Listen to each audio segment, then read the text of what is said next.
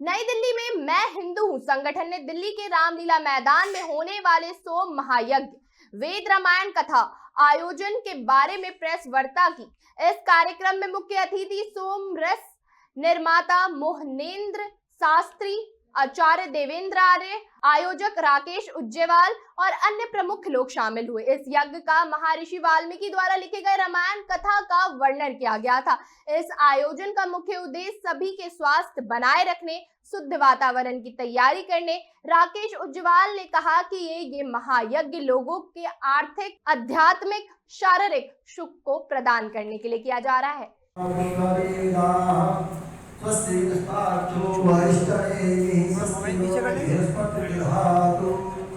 ओम भद्रं कर्णेभिः शृणुयाम देवः भद्रं पश्येमाक्षभित्राः स्थिरैरङ्गैस्तुष्ट्वादं सस्तनूभिर्यसेमहि देवहितं जडायुः।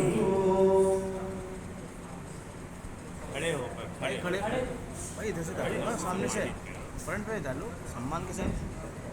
कुर्सी पीछे की। अब मैं हमारे पंकज जी को मंच पर बुलाना चाहूंगा। वो एक बार सभी जोरदार तालियों से वक्ताओं का स्वागत करें। जय जय श्री राम, जय जय श्री राम, भारत माता की जय, भारत माता की जय, वंदे मातरम, मातरम वै मातरम, वंदे मातरम, मातरम वै मातरम, वंदे मातरम। पंकज जी एक बार मंच पर आए और आचार्य जी को माला पहना के स्वागत करें। उनका एक बार जोरदार तालियां पंकज जी के लिए। सभी राष्ट्रवाद की टीम के जो सदस्य हैं, अंजय मालवाल जी, सचिन पाटिल जी, वीरप्पा जी, सभी मंच पर आए और एक एक करके सभी को माल्यार्पण कराएं। बहन जिला सम्मानीय हमारे बीच है, वहां जोरदार तालियां सुधा जी के लिए। बहन जी आपकी बहन का नाम क्या? डॉक्टर शांति जी हमारे बीच है, एक बार डॉक्टर शांति जी के लिए जोरदार तालियां। और जी आप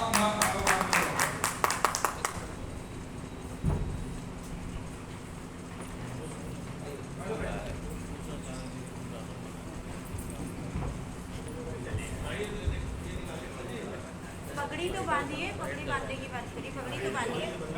पगड़ी उन्होंने डाल दी, बांधना नहीं जानता कोई, इसलिए एक बार सुधारी साहब पगड़ी तो बांधना चाहिए। वाले खड़े हुए पीछे। मैं तो पगड़ी देख रही हूँ जी सर।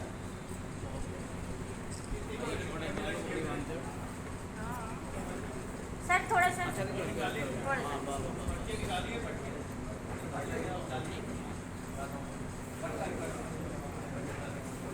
भाई साहब आप भी आ मंच पर आ जाओ। आप भी आइए डॉक्टर साहब।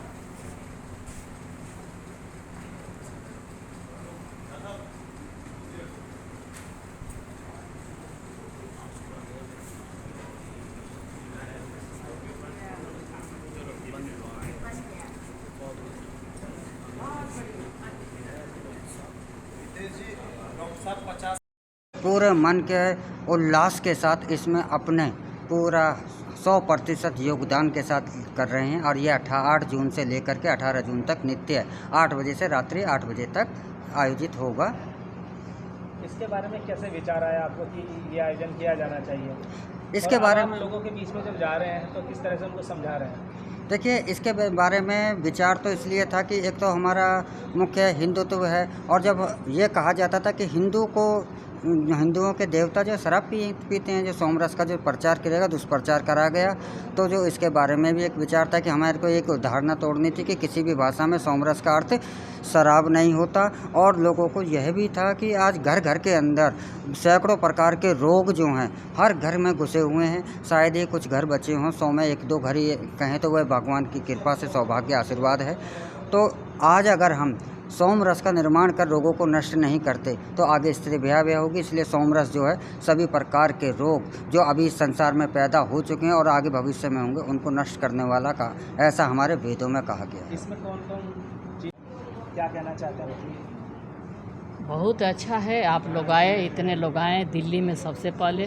सोम महायज्ञ वेद रामायण की कथा हो रही है और सबको सम्मिलित इसमें होना चाहिए। इससे शारीरिक, सामाजिक और आत्मिक उत्थान होगा। आज से पहले जो है कब हुआ था ये जो सोम महायज्ञ और सोम रस का निर्माण? आज से पहले सोम महायज्ञ श्री कृष्ण जी की अध्यक्षता में इंद्रप्रस्थ में हुआ था, राजसूय के नाम से। उसके पहले श्री रामचंद्र जी के ज़माने में 3 बार हुए, 4 बार हुए, लेकिन उसका जिक्र नहीं है। वाल्मीकि रामायण में जिक्र है, इस रामायण में जिक्र नहीं है। अच्छा, ऐसा तो ये जब यज्ञ होता था तो सोमरस लोग बनाते थे, पीते थे, पिलाते थे। ऐसी क्या वजह रही है कि महाभारत काल के बाद आप बनाने जा रहे हैं? इससे बीच में क्यों नहीं बना? इससे क्या? इसलिए कि इसके विषय में एक तो लोगों के मन में ये बैठा दिया गया, जो नई शिक्षा जो आई कि ये शराब है, और जो शराब तो हर जगह मिलती है, इस पर क्या सोचना है। तो इसलिए लोग जान गए कि यही है सोमरस। लेकिन सोमरस का अर्थ संसार के किसी भी शब्द कोश में शराब अर्थ नहीं है, क्योंकि सोमरस 2 शब्द हैं, सोम और रस अलग अलग है, एक नहीं है। ये जड़ी बूटियों के आसव का नाम सोमरस है, जो विधि पूर्वक बनाया जाता है। कितने प्रकार की जड़ी बूटियाँ हैं? इसमें 700 जड़ी बूटियाँ पड़ती हैं और 21 पद्धतियाँ के स्पेशलिस्ट लोग बनाते हैं। सही तिथि होनी चाहिए, सही मंत्र होना चाहिए, पाठ होना चाहिए। ज्योतिष की गणना से, मंत्र पाठ की दृष्टि से, मंत्र पाठ करने वाले आंध्रा से आ रहे हैं लोग, यहाँ के लोग बहुत कम